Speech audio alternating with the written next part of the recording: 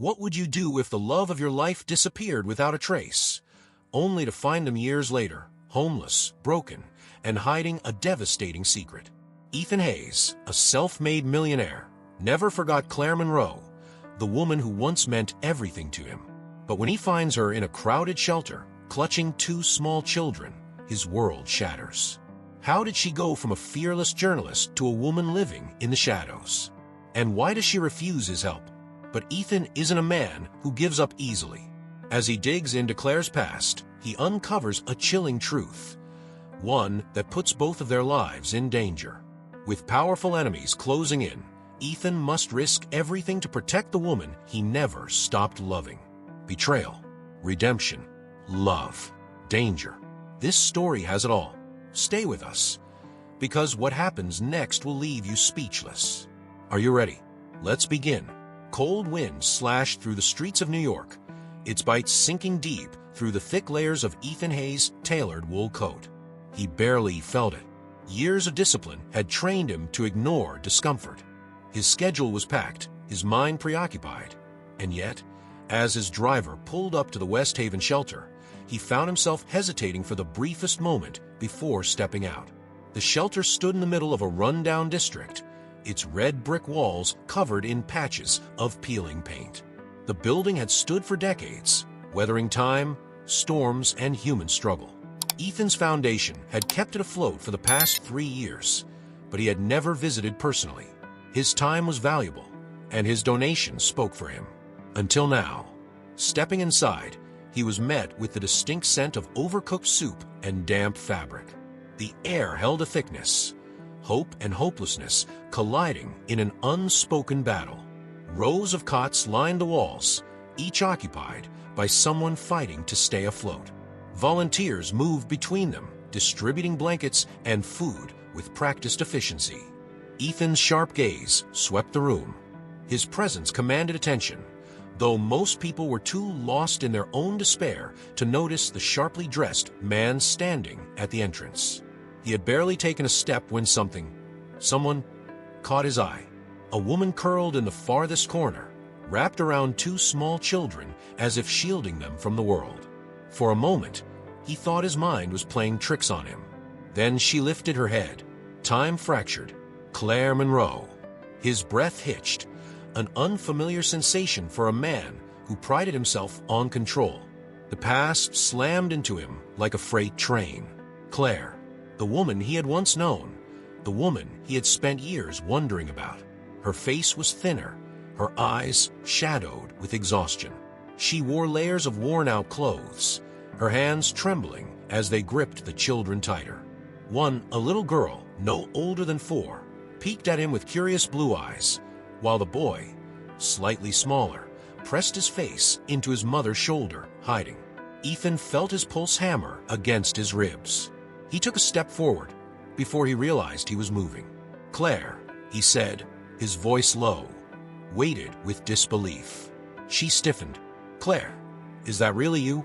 Her posture didn't change, but her face did. Her expression hardened, turning sharp as glass. The Claire Monroe he had known had always been fiery, unshakable. Now, there was something else in her eyes. Survival. Margaret Benson, the shelter's director, appeared at his side, offering a cautious smile.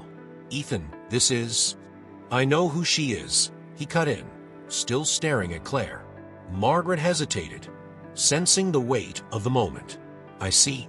Ethan took another step closer, his presence an immovable force in the crowded room. He needed answers. He needed to know. "What happened to you?" His voice was quieter now, but the demand was there. Claire's arms tightened around her children.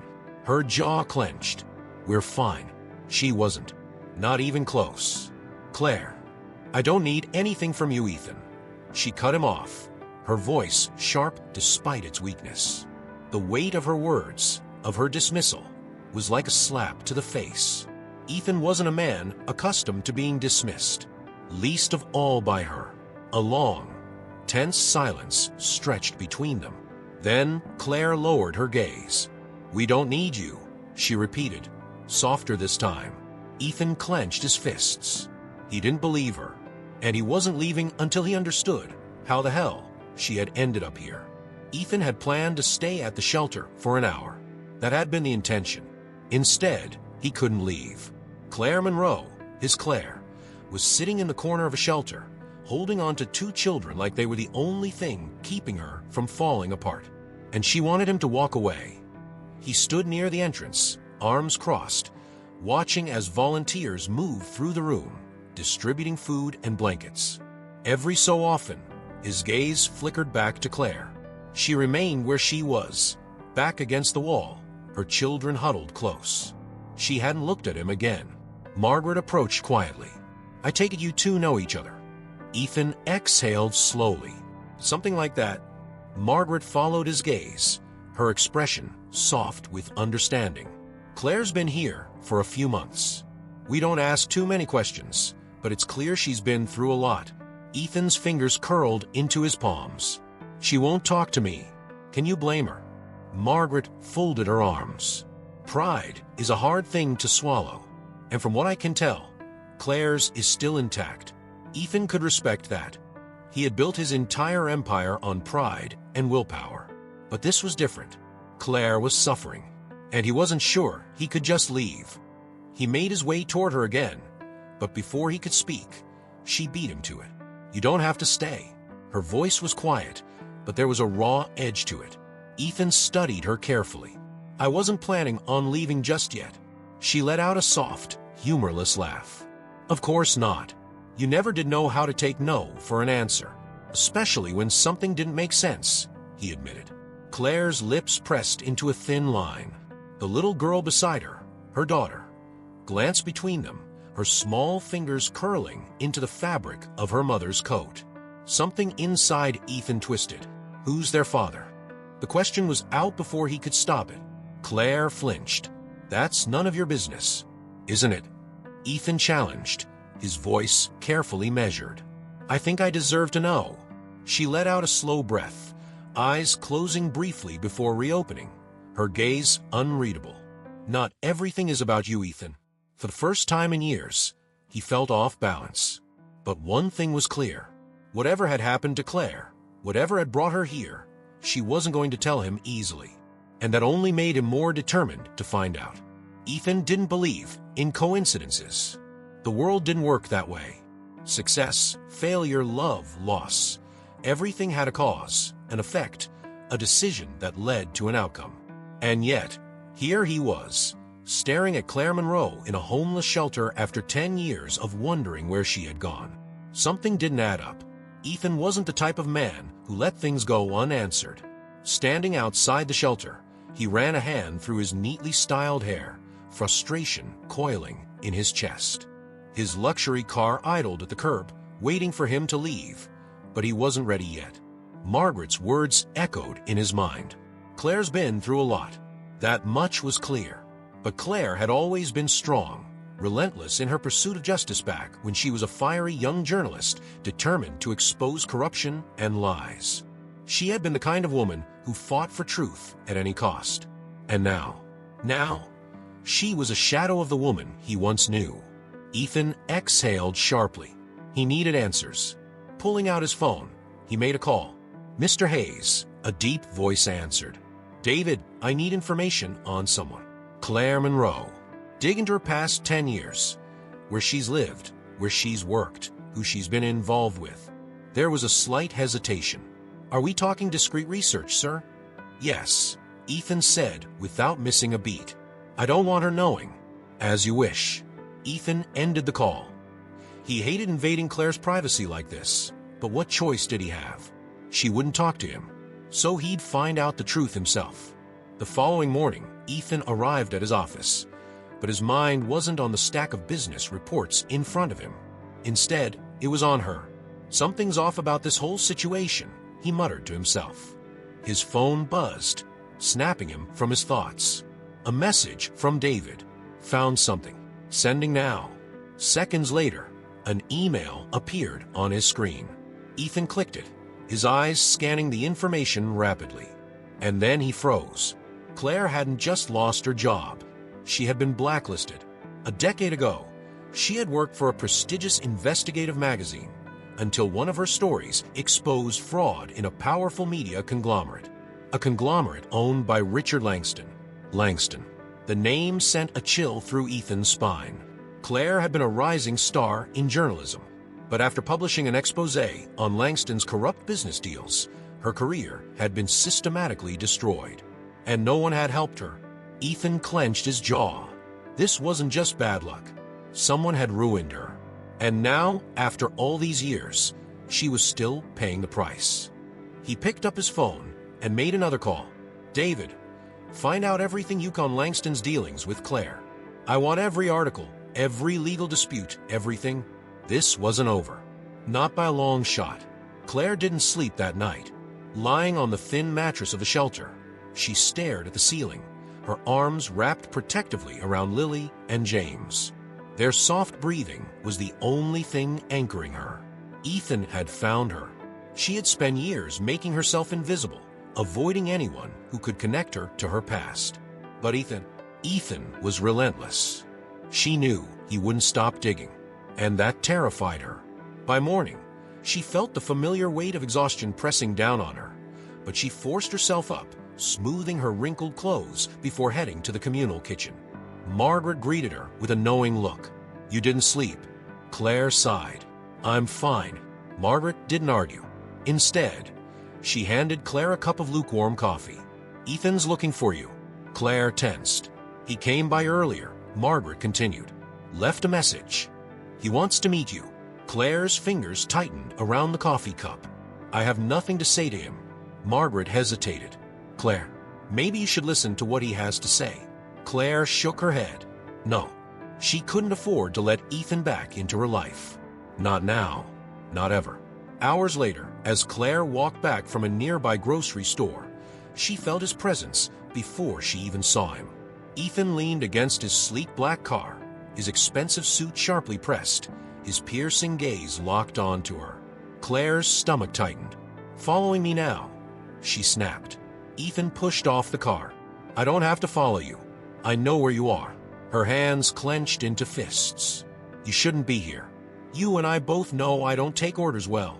She exhaled sharply. "Ethan, whatever you think you're doing, stop. I don't need your help." He studied her quietly. "You may not need it, but your kids do." Her breath caught. "Don't," she whispered, her voice shaking. "Claire," he said, his tone softer now, "just talk to me. Let me understand." She shook her head, stepping back. "You don't get to waltz into my life and act like you care. You think I don't care?" His voice hardened. "I've spent years wondering where you went. You vanished without a trace. And now I find you here." She lifted her chin. "That's my problem, not yours. Let me help. I don't need saving. You're homeless, Claire." His frustration boiled over. "With 2 kids. If this isn't the time to accept help, when is?" Silence.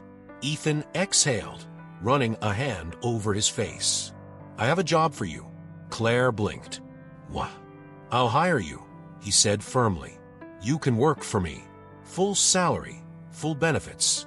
You won't have to rely on shelters anymore." Claire stared at him. And then she laughed. It was hollow, bitter. "You think I'd take charity from you?" "It's not charity," Ethan snapped. "It's an opportunity." Her expression hardened. "No, Claire." I said no. She turned on her heel, walking away. Ethan watched her go, anger and frustration simmering beneath his calm exterior. She was drowning, and she was refusing the only lifeline he was offering. This wasn't over. Not by a long shot. Claire sat on the edge of her cot, trying to ignore the gnawing hunger in her stomach. She had given most of her food to Lily and James, but even so, their portions had been meager. The shelter was running low on supplies again. Margaret had tried to keep it quiet, but everyone could see it. The food lines were shorter, the blankets thinner, and the donations dwindling. Winter was coming, and for people like her, it was a death sentence. She glanced at her sleeping children, curled against each other for warmth. A deep ache settled in her chest. She had to find a way out of this. But how? Her hands clenched into fists. She had sworn she would never ask for help, never beg, never depend on anyone. And yet, Ethan had waltzed back into her life, offering exactly that: security, shelter, a job, a way out. But at what cost? Claire wasn't stupid. Ethan never did anything without a reason. His offer wasn't about charity. It was about control, about fixing her. She wasn't something to be fixed. Pushing her thoughts aside, she stood and stretched, preparing for another long day of job searching. But as she stepped into the common room, she noticed something unusual. Margaret stood in the center, her face pale, surrounded by murmuring shelter residents. Claire's stomach dropped. Something was wrong. She pushed her way through the crowd. "Margaret, what's going on?" Margaret hesitated, then sighed. "We received a notice this morning. The city is shutting us down." Claire's breath hitched. "What?" Margaret held up a letter with an official city seal. "The funding has been cut. They say we're over capacity, and the building isn't meeting safety codes. If we don't come up with the money to fix it, we'll be forced to close by the end of the month." The words sent a chill through Claire that had nothing to do with the cold air. "This shelter is all we have," someone whispered. Margaret nodded grimly. "I know, but the city isn't giving us a choice." Claire swallowed hard. She had lost everything once. She wouldn't let it happen again. But how the hell were they going to come up with the money in time? Meanwhile, across the city, Ethan sat at his penthouse office, staring at his phone. She had refused his help. Again, he should have expected it. Claire had always been stubborn, always too proud for her own good. But that didn't mean he was giving up. A knock on his door interrupted his thoughts. Andrew Calloway stepped in, looking unimpressed. "I take it you're still brooding over this woman?" Ethan shot him a glare. "What do you want?" Andrew dropped a folder onto his desk. "You should read that. The city is shutting down West Haven." Ethan's head snapped up. "What?" "Funding cuts. Apparently, they've been behind on repairs for years. Without an investor, they'll be closed in less than a month." Ethan picked up the folder, flipping through the pages. His jaw tightened. Claire and her kids were about to lose the only home they had left. And whether she liked it or not, he wasn't going to let that happen. Margaret rubbed her temples, exhaustion evident in every line of her face. "We need money, Claire. A lot of it. And we don't have time." Claire paced the small office, frustration clawing at her insides. "There has to be another way. We can reach out to donors, raise awareness." Margaret shook her head. "We've tried. The city already made up its mind. We need big money. Fast." Claire hesitated.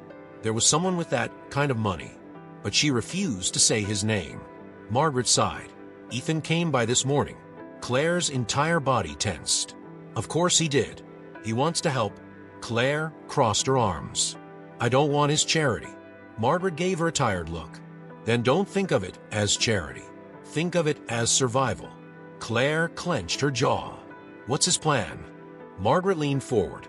"He wants to organize a fundraiser, a high-profile event to attract big investors.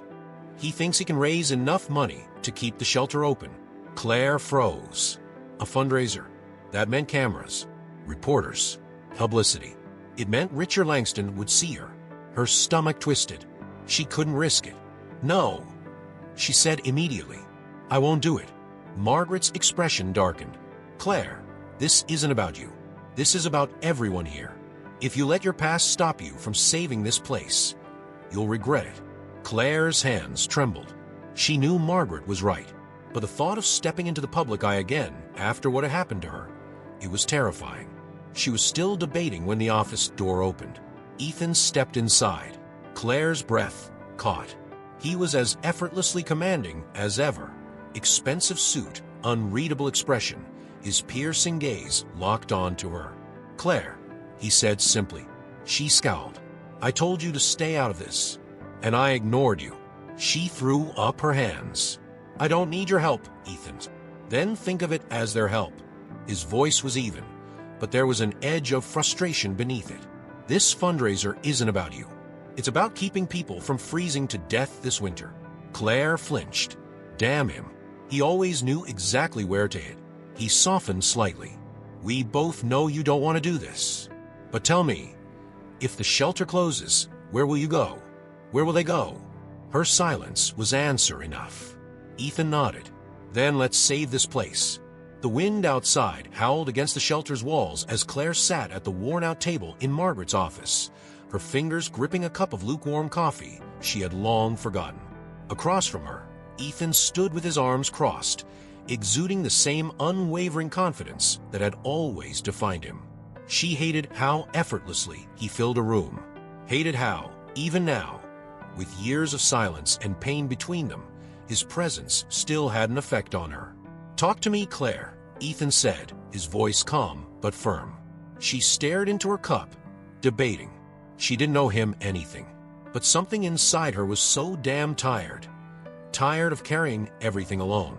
"You want to know what happened?" she finally said, her voice quieter than she intended. Ethan pulled out a chair and sat across from her. Yes. A long silence stretched between them before she took a shaky breath. "You remember how ambitious I was," she started. "Back when I believed in change, in justice. I had worked my way into one of the top investigative journalism teams in the country. And then, one story changed everything." She glanced at Ethan, his expression unreadable. "I was investigating Richard Langston." Ethan's posture stiffened. Claire exhaled sharply. He had been laundering money through fake charities. "I had proof, documents, bank statements, witness testimonies. It was the biggest story of my career." Ethan's eyes darkened. "But you never published it." She laughed, but there was no humor in it. "Oh, I did. I went all the way. I exposed everything. And in return, Langston destroyed me." The memory of it still burned in her mind. "He used his power, his influence, and within weeks, my career was over. Suddenly, my name was tied to fabricated scandals, my work discredited. Every news outlet refused to hire me. I was blacklisted, Ethan. No one would touch me." She swallowed hard. And then came the threats. Ethan's fingers curled into fists. "Threats?" Claire nodded, her throat tightening. "They weren't just aimed at me. They were aimed at anyone close to me." Ethan stared at her, realization dawning. "You disappeared." His voice was low, as if piecing together the truth for the first time. "I had no choice," she whispered. "If I stayed, you would have been next." Silence. For the first time since they had reunited, Ethan didn't have an immediate response. Ethan sat in his car later that night, gripping the steering wheel, his mind spinning with Claire's words. She had left to protect him. For years, he had thought she had walked away without a second thought. But now, the truth settled like a heavy weight in his chest. She had been forced out of his life, and Richard Langston had been the one to do it. His jaw tightened. He wasn't a man who let things go. If Langston thought he could destroy Claire's life and walk away unscathed, he was dead wrong. Reaching for his phone, he dialed a number. "David," he said the moment the call connected. "I need everything you have on Richard Langston. And I don't mean what's public. I want everything. The things people are too afraid to say." There was a pause. "That's a dangerous request, Mr. Hayes." Ethan's grip tightened. "I don't care." Another silence. Then, understood, Ethan ended the call, his thoughts racing. Langston had taken everything from Claire. It was time to return the favor. Meanwhile, Claire sat on her cot in the shelter, watching her children sleep. Her conversation with Ethan replayed in her mind over and over, stirring up memories she had buried for years. She had thought she could stay invisible, thought she could keep herself and her children safe by staying in the shadows. But now, Ethan knew, and if there was one thing she had learned over the years, it was that Ethan never backed down from a fight. She closed her eyes, dread settling in her stomach. She wasn't sure what scared her more, what Ethan might do to Langston, or what Langston might do in return. Ethan hadn't slept. His mind churned with thoughts of Claire, of what she had endured alone for the past 10 years. He had spent years believing she had abandoned him, when in truth, she had been fighting a battle he hadn't even known existed. And Langston had been the one to orchestrate it all. Ethan had never liked Langston. His empire reeked of corruption. But now it was personal. His phone buzzed. "David, tell me you have something."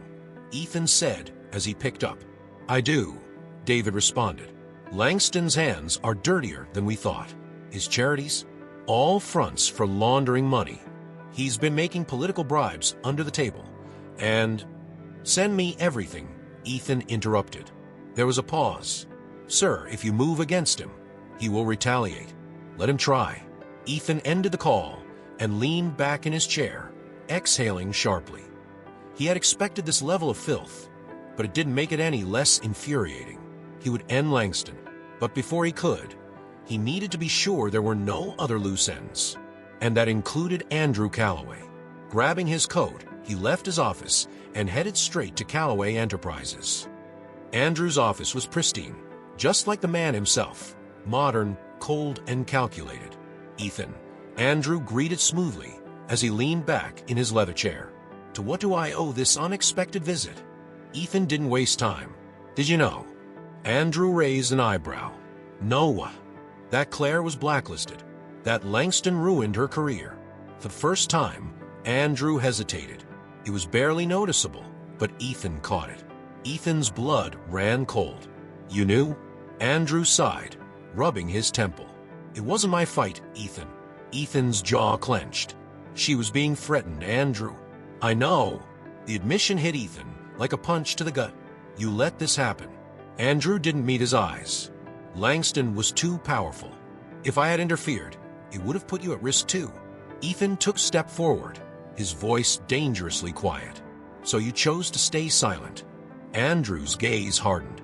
I chose to protect you, Ethan. And if you're smart, you'll stay out of this. Ethan exhaled slowly, rage simmering beneath the surface. Get out, Andrew said, his tone final. Ethan turned on his heel. But before leaving, he spoke one last time. You were supposed to be my friend. And with that, he walked out. This wasn't just Langston's betrayal. It was Andrew's too. And neither of them would get away with it. Claire knew something had shifted the moment Ethan arrived at the shelter the next day. His usual composed demeanor was gone. Instead, his eyes burned with a fire she hadn't seen in years. She folded her arms. What happened? Ethan didn't answer right away. Instead, he glanced around the shelter, his gaze softening when it landed on Lily and James playing in the corner. Finally, he exhaled. I know why Langston got away with it for so long. Claire tensed. And Ethan met her gaze. Andrew knew. Claire felt like the ground had just been pulled from beneath her feet. Andrew, she repeated. Ethan nodded. He let it happen. He knew Langston was destroying your life, and he did nothing. Claire swallowed the bitter taste in her mouth. Andrew Calloway had been Ethan's best friend. She had met him countless times back when she and Ethan had been together. He had been charming, powerful, and loyal. Or so they had thought. Claire shook her head. Why would he do that? To protect me, Ethan muttered, his voice dripping with disgust. Claire's fingers curled into fists. So he stood by while I lost everything. Ethan's expression was hard. Yes. Claire let out a hollow laugh. Of course. Because why would anyone stick their neck out for me? Ethan stepped closer. Claire. Don't. She cut him off, her voice shaking. Just don't. She turned away, but Ethan wasn't done. I'm going after Langston, he said firmly. Claire froze. You can't, she said immediately, turning back to him. It's too dangerous. You don't understand the kind of man he is. I don't care. You should, she snapped. He will come for you, Ethan, and he will destroy you, just like he did to me. Ethan stared at her. Let him try. Claire clenched her jaw, frustration and fear warring inside her. Why are you doing this? Because I should have done it years ago. Her breaths caught. Ethan took another step forward, lowering his voice. Because I never stopped caring about you, Claire. And I'm not letting him win. Silence stretched between them, thick with unspoken emotions. Claire's hands trembled, but she forced herself to look him in the eye. Promise me, she whispered. Promise me you won't do anything reckless. Ethan's jaw tightened. He didn't make promises he couldn't keep, so he didn't say anything. And Claire knew then that this was far from over. Ethan had faced powerful men before. He had sat across from billionaires, negotiated with ruthless executives, and walked away with deals that left his competitors bleeding. But Richard Langston was different. Langston didn't just play the game, he owned the board. That's why Ethan's decision to go after him wasn't just reckless. It was personal. Sitting in the back seat of his black luxury sedan, Ethan stared out at the towering headquarters of Langston Media Group. The glass building loomed over the city like a fortress, a reflection of the empire its owner had built, one that had crushed Claire beneath its weight. He wouldn't let it stand any longer. "Sir," his driver said cautiously, "are you sure about this?" Ethan didn't hesitate. "Drive." As they pulled up to the entrance, security immediately took notice. But Ethan didn't slow his stride as he walked through the revolving doors, his presence commanding attention. The receptionist barely had time to react before he reached the desk. "I need to see Richard Langston," he said flatly. The woman's smile was forced. "Mr. Langston doesn't take unscheduled meetings." Ethan leaned in slightly. "Tell him Ethan Hayes is here. And tell him it's not a request." Her fingers hesitated over the phone before she made the call. Within seconds, the answer came. "Send him up." Of course Langston would see him. He thrived on power plays. Ethan was ready. The elevator ride was smooth, but his blood simmered beneath his skin. By the time the doors slid open to Langston's private office, he had already envisioned 10 different ways this conversation could go. Langston sat behind an opulent desk, the city skyline stretching behind him. He was in his mid-50s, sharp, calculating, with an aura of quiet danger. He smiled as Ethan entered. "To what do I owe the pleasure?" Ethan didn't sit. "You know why I'm here." Langston chuckled. "Ah, Claire Monroe. I was wondering when you'd come running after her." Ethan's fists clenched. "You destroyed her." Langston tilted his head. "She did that to herself. She got too ambitious. She thought she could take me down. And we both know the world doesn't reward naivety." Ethan's muscles coiled with rage. "That's where you're wrong." Langston smirked. "Tell me, Ethan, what exactly do you think you can do to me?" Ethan leaned forward, voice dangerously calm. "I don't think. I know. I'm going to bury you." For the first time, Langston's expression flickered. Ethan continued. "I have enough evidence to dismantle every fraudulent charity you've ever funneled money through, every political bribe, every illegal transaction. And when I'm done, you won't just lose your empire, you'll lose your freedom." Langston's eyes darkened. "You're playing a dangerous game." Ethan smirked. "I never play unless I know I'm going to win." Langston stared at him for a long moment before his lips curled into a slow, menacing grin. "We'll see about that." Ethan knew what that meant. The war had begun. Claire's hands wouldn't stop shaking. Ever since Ethan had told her he was going after Langston, she had been caught in a web of fear. For him, for herself, for her children. She had spent years hiding from Langston's shadow, knowing what he was capable of. And now, Ethan was throwing himself straight into the fire. "Claire." She turned to see Margaret watching her with concern. "You're spiraling," Margaret said gently. Claire exhaled shakily. "Ethan thinks he can fix this, that he can just win." Margaret folded her arms. "Can he?" Claire hesitated. "Ethan isn't someone you bet against." Margaret studied her. "Then why do you look so afraid?" Claire's throat tightened. "Because Langston doesn't just ruin careers. He destroys lives." Margaret sat beside her. "And you're afraid Ethan is next." Claire swallowed hard, nodding. Margaret took her hand. "Claire, I've known you for a long time, and I've never seen you run from a fight. So what's different now?" Claire blinked. She wanted to say everything. She had children to protect now. She wasn't just fighting for herself. But the truth, she was afraid of losing Ethan again, and she wasn't sure she could survive it a second time. That night, Claire sat alone in the shelter's small courtyard, staring up at the sky. The city lights drowned out most of the stars, but she searched for them anyway.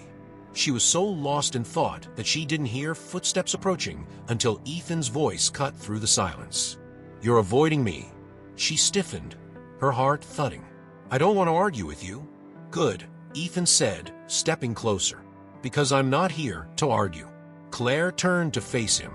In the dim light, his expression was unreadable. You went after Langston, didn't you? She asked softly. Ethan didn't deny it. She exhaled shakily. Do you have any idea what you start? Ethan's jaw tightened. I don't care. You should, she snapped. Because he'll come after you, Ethan. He doesn't lose. Ethan stepped even closer, his voice low. Neither do I. Claire searched his face, frustration and fear warring inside her. You think this is noble, she whispered. Some grand act of redemption. Ethan's gaze softened. I think it's about time someone fought for you. Claire's breath caught. Damn him. Damn him for always knowing exactly what to say. You don't get to do this, she whispered. Do what? Come back into my life and care, she admitted, voice breaking. Ethan's eyes darkened. I never stopped. Claire turned away, but Ethan reached for her hand. She didn't pull away. For a moment, they just stood there. Two people who had been broken by the same past, now standing on the edge of something neither of them knew how to navigate. But one thing was certain. The battle against Langston had begun, and there was no turning back. Ethan sat in his office, his jaw clenched as he flipped through the documents spread across his desk. Every page, every bank statement, and every leaked memo told the same story. Langston was guilty. But Ethan already knew that. What he hadn't expected to find was Andrew's name buried deep within the transactions. His oldest friend, his business partner, complicit. Ethan forced himself to breathe evenly, though his grip on the papers tightened. He wanted to believe there was a mistake, that maybe Andrew had known exactly what Langston had been doing. But deep down, he knew the truth. Andrew had chosen himself over everything else. A sharp knock on the door pulled him from his thoughts. Come in, Ethan said, his voice taut. Andrew stepped inside, looking effortlessly composed as always. You've been ignoring my calls. Ethan set the documents down carefully. I've been busy. Andrew sighed. Ethan, listen. I know you're pissed, but we need to talk before you do something rash. Ethan leaned back, crossing his arms. Before I do something rash. His voice was deceptively calm. Like what? Expose a corrupt media mogul who blacklisted Claire and nearly destroyed her life. Or maybe you mean confronting the man who knew about it and did nothing. Andrew's face darkened. You're acting like this is black and white. It's not. Ethan scoffed. Oh, really? Because it looks pretty damn simple to me. Andrew stepped closer. Langston isn't someone you just go after, Ethan. He's powerful. He has connections that you don't want to piss off. You have to think about the long game. The long game. Ethan repeated, his voice low. Is that what you were thinking when you let Claire take the falls? Andrew's jaw tightened. I didn't have a choice. You always have a choice. A tense silence settled between them. Ethan exhaled sharply. You were my friend, Andrew. I trusted you. Andrew's expression flickered with something unreadable. I was trying to protect you. You weren't protecting me, Ethan said coldly. You were protecting yourself. Andrew didn't deny it. Ethan shook his head. Get out. Andrew hesitated. Ethan. I said get out. This time, Andrew listened. The moment the door clicked shut behind him, Ethan exhaled slowly, pressing his hands against the desk. Everything had changed, and there was no going back. Claire sat with Lily and James in the shelter's small common area, trying to push down the growing unease in her chest. Something felt wrong. She had lived in fear for so long that she had learned to trust her instincts, and right now, they were screaming at her. Lily tugged on her sleeve. Mommy, what's wrong? Claire forced a smile. Nothing, sweetheart. But even as she said it, the front doors of the shelter slammed open. Margaret gasped as two men in dark suits strode in, their presence sending a ripple of unease through the room. Claire's stomach dropped. She knew immediately who they worked for. Langston. Ms. Monroe. One of them said smoothly, his voice cold. We need to have a word. Claire instinctively pulled Lily and James closer. I have nothing to say to you. The taller of the two men smiled. Oh, but we insist. Margaret stepped forward, her face set in a deep frown. You need to leave. This is private property. The men didn't even acknowledge her. Their focus remained on Claire. She felt her pulse pound in her ears. They weren't going to leave, not until they got what they came for. Claire took a slow breath. Fine. She glanced at Margaret. Take the kids. Margaret hesitated before nodding, ushering Lily and James away. The moment they were gone, the taller man stepped closer, lowering his voice. Mr. Langston sends his regards. Claire clenched her fists. Tell him I don't want his regards. The man chuckled. You misunderstand. He's giving you an opportunity. A way out of this mess. She narrowed her eyes. What kind of opportunity? Simple, he said. You disappear. Again. No contact with Ethan Hayes. No more poking around where you don't belong. Claire's blood ran cold. If you do that, the man continued, your children stay safe. Her entire body went still. She had known this was coming. She had known Langston wouldn't sit back and watch as Ethan dug into his empire. But she hadn't expected him to threaten her kids. Her stomach churned. And if I refuse? The man's smile didn't waver. Then accidents happen. People go missing. And children, well, they're so easy to lose in a city this big. Claire's rage snapped. Before she could think, she swung, her fist connecting with his face in a hard punch. The man stumbled back, shock flashing across his face before anger replaced it. You shouldn't have done that, he growled. Leave, she snapped, her voice shaking. Now, the second man grabbed his colleague's arm before things could escalate further. We've delivered the message. They turned and walked out, but Claire knew this wasn't over. Not even close. Her hands trembled as she pressed them against the table, trying to steady her breath. She needed to tell Ethan, and she needed to do it now. Ethan was in the middle of a call when his office doors burst open. Claire stood in the doorway, her breath labored, her face pale with anger and fear. He had never seen her like this. Claire. He immediately dropped the phone, rising to his feet. They were at the shelter, she said, her voice shaking. Ethan's entire body went rigid. Who? She swallowed hard. Langston's men. The words hit him like a fist to the gut. He was already moving, crossing the space between them. Are you hurt? Are the kids? They're fine, she said quickly. But Ethan, they threatened me. They threatened Lily and James. A storm broke inside him. Tell me exactly what they said. Claire's hands were trembling as she recounted the encounter. Ethan listened, his jaw tightening with every word. When she finished, silence stretched between them, thick with rage. He turned away, dragging a hand through his hair, trying to keep his emotions in check. Ethan, Claire said carefully. He wasn't calm. He wasn't even close. They came after you, he said, his voice dangerously low. They threatened your kids. Claire exhaled shakily. I know.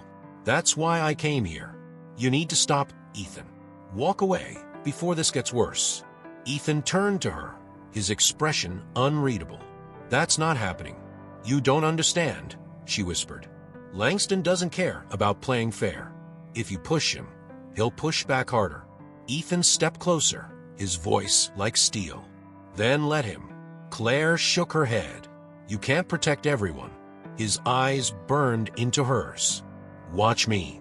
She opened her mouth to argue, but before she could, his phone buzzed. He ignored it, but it buzzed again. And again. Something was wrong. Ethan finally grabbed his phone and answered. What? David's voice came through, tense and clipped. You need to see this. Seconds later, a message appeared on Ethan's screen. A photo of Claire, taken just hours ago, outside the shelter. Ethan saw red. Langston wasn't just watching them. He was making a statement. And Ethan wasn't going to let him get away with it. Ethan had spent years cultivating his reputation. He had built his empire with a calculated mix of power, intelligence, and ruthlessness. But now it was personal. Langston had made a fatal mistake. He had threatened Claire. He had threatened her children. And Ethan was about to end him. David, Ethan said, his voice low. Leak it. David hesitated. Sir. Now. Within minutes, the evidence Ethan had gathered was being fed to the press. Reports flooded every major news outlet.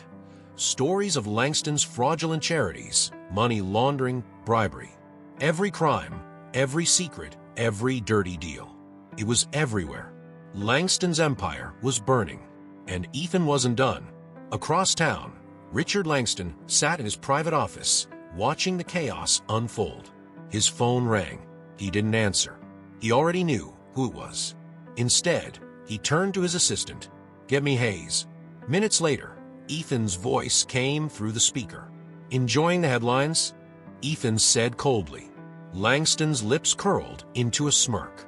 I underestimated you. That was your first mistake, Ethan replied. Langston chuckled. You know, I was prepared to offer you a deal. A way to walk away from this without losing too much. Ethan's jaw tightened. I don't negotiate with men like you. Langston leaned back in his chair. That's a shame, because you just declared war. Ethan's grip on the phone tightened. Tell me, Hayes, Langston mused. How far are you really willing to go for her? Ethan didn't hesitate. As far as it takes? Langston sighed. Pity. This could have been avoided. The line went dead. Ethan exhaled slowly, his mind already racing. Langston was planning something, and Ethan needed to be one step ahead. Back at the shelter, Claire paced, nerves eating away at her. She knew Ethan wasn't going to let this go, and that terrified her, because Ethan didn't just fight battles. He won wars. Margaret walked in, her expression unreadable. It's all over the news. Claire nodded. I know. Margaret hesitated. And Langston. Claire exhaled. He won't go down quietly. Margaret studied her. And Ethan's. Claire's chest tightened. Ethan wasn't just fighting for justice. He was fighting for her.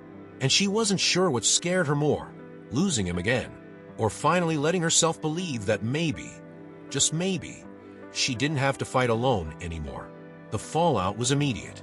Within 24 hours, every major news outlet was dissecting the scandal that had just erupted around Richard Langston.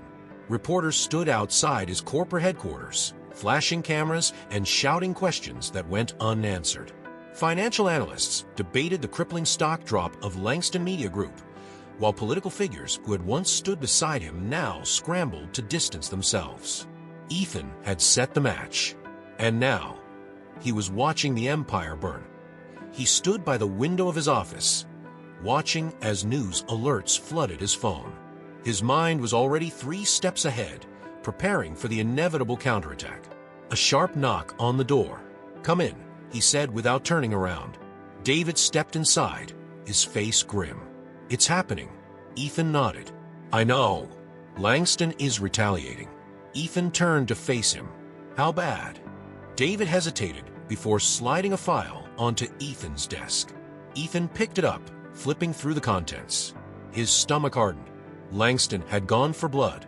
He had targeted Hayes Industries, not with legal action, but with financial sabotage. Suddenly, board members who had been loyal to Ethan were questioning his leadership. Investors were panicking. Major contracts were being pulled. The message was clear. Langston wasn't going to fight Ethan in the press. He was going to destroy everything he had built. Ethan clenched his jaw. Let him try. David exhaled. Ethan, this is bad. If this keeps up, you could lose everything. Ethan already knew that, and he didn't care, because Claire had lost everything once, and he wasn't going to let it happen again. Claire sat in the shelter's dimly lit cafeteria, her hands wrapped around a cup of tea that had long gone cold. The tension in her chest hadn't eased since Ethan had gone public with the story. Every part of her told her she should be grateful. Ethan had risked everything to clear her name, to take down Langston. But all she felt was fear. Fear that Langston wouldn't stop. Fear that Ethan would pay the price. Margaret sat across from her, studying her. You should talk to him. Claire shook her head. What would I even say? Margaret gave her a knowing look. You already know the answer to that. Claire exhaled, her fingers tightening around the mug. The truth was, she did know. She just wasn't sure she was ready to say it. Ethan arrived at the shelter just past midnight. The city was quiet, the streets deserted, But the moment he stepped inside, he saw her. Claire was sitting alone, waiting for him. He didn't say anything as he walked toward her, but she could feel the tension radiating off him. "You look exhausted," she murmured. Ethan sighed, rubbing his temples. "Long day." She nodded. "I saw the news." "Then you know what's coming next." Claire's stomach tightened.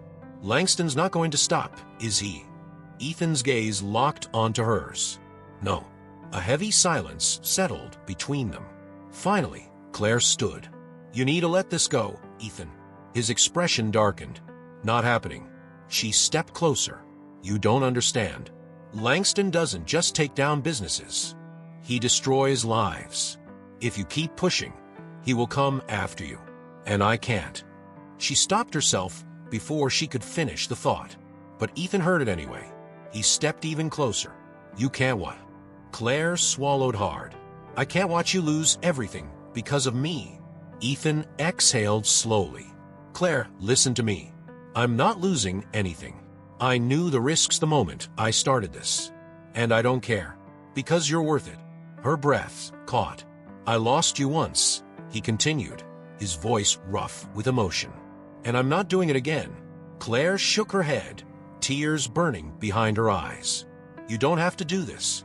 "Yes, I do," he said softly. "Because I love you, Claire." The words hit her like a shockwave. For years, she had convinced herself that the love they had once shared, was gone. That too much had happened. That too much time had passed. But hearing him say it now, it broke every wall she had built. Tears spilled down her cheeks as she whispered, "I love you too." Ethan let out a shaky breath. And then, without hesitation, he closed the distance between them, his hands framing her face as he kissed her. It wasn't just a kiss. It was everything. A decade of longing, of missed chances, of regret and hope and love. When they finally pulled away, Claire exhaled shakily. "What now?" she whispered. Ethan's eyes burned with determination. "Now," he said, "we finish this. Together." Claire nodded. Because for the first time in years, she wasn't alone. And she never would be again. The next morning, Ethan woke with a sense of clarity he hadn't felt in years. Everything was different now. Claire had chosen to stay. Chosen him. But they weren't done yet. Langston was still out there. And Ethan wasn't naive enough to believe the man wouldn't strike back. As Ethan stepped into his penthouse office, David was already waiting for him, a folder in hand and a grim expression on his face. "It's worse than we thought," David said. Ethan took the file and flipped through it. What he saw made his stomach harden. Langston was making one last play, pulling strings with powerful contacts, looking for a way out. "He's already secured offshore accounts," David continued. "He's preparing to disappear before this all blows up." Ethan clenched his jaw. "Not if I stop him first." David exhaled. "There's more. He's planning a press conference. He's going to deny everything, paint himself as the victim." Ethan's grip tightened around the folder. That was not going to happen. He grabbed his phone and dialed. Claire picked up on the second ring. "Ethan, turn on the news," he said, his voice firm. A few moments of silence. Then, Claire gasped. He's playing the victim," she said in disbelief. "He's saying this is a conspiracy against him." Ethan's lips pressed into a hard line. Not for long. Because Ethan Hayes didn't start fights he wasn't prepared to win. Across the city, Claire paced the shelter's common room, the television still playing Langston's speech in the background. She hated how calm he looked, hated how easily he lied. The words poured out of him smoothly, claiming he was the real victim, that the allegations were fabricated, that he had always been a philanthropist dedicated to helping the community. Claire's stomach twisted. He hadn't changed. He still thought he could control the narrative. Margaret entered the room, concern etched across her face. What happens now? Claire turned away from the screen, her heart pounding. "Ethan has a plan," she said. Margaret studied her. "And what about you? What do you want?" Claire hesitated. For years, she had avoided asking herself that question. But now she knew. She wanted justice. She wanted peace. And more than anything, She wanted Ethan. Ethan stood on the rooftop of his building, the city stretching beneath him, lights twinkling in the night. Claire stood beside him, arms crossed against the chill. "Are you sure about this?" she asked softly. He turned to her. "Yes." Tonight, everything ended. Langston's empire was falling apart. His press conference had only bought him temporary relief, because Ethan had gone one step further. He had provided undeniable proof to the authorities, not just of Langston's financial crimes, but of the threats, the blackmail, the lives he had ruined. As they stood there, Ethan's phone buzzed. David's voice came through. "It's over. They're issuing the warrant now." Ethan closed his eyes for a moment, exhaling. "Thank you, David." He ended the call and turned to Claire. Her eyes were wide. "That's it," she whispered. "That's it." She let out a breath she hadn't realized she had been holding. "I never thought I'd see this day." Ethan softened. "You deserve this, Claire. You deserve to be free from him." She searched his face, then took a step closer. "And what about you?" she asked. Ethan hesitated. For so long, his life had been about winning, about building his empire. But now, standing here with Claire, none of that mattered. She was what mattered. "I have everything I need," he said simply. A tear slipped down Claire's cheek, and then she did something she hadn't done in a long time. She let herself believe. Believe in a future. Believe in love. Believe in a world where she wasn't always running. And as Ethan pulled her into his arms, pressing a gentle kiss to her forehead, she knew this wasn't the end.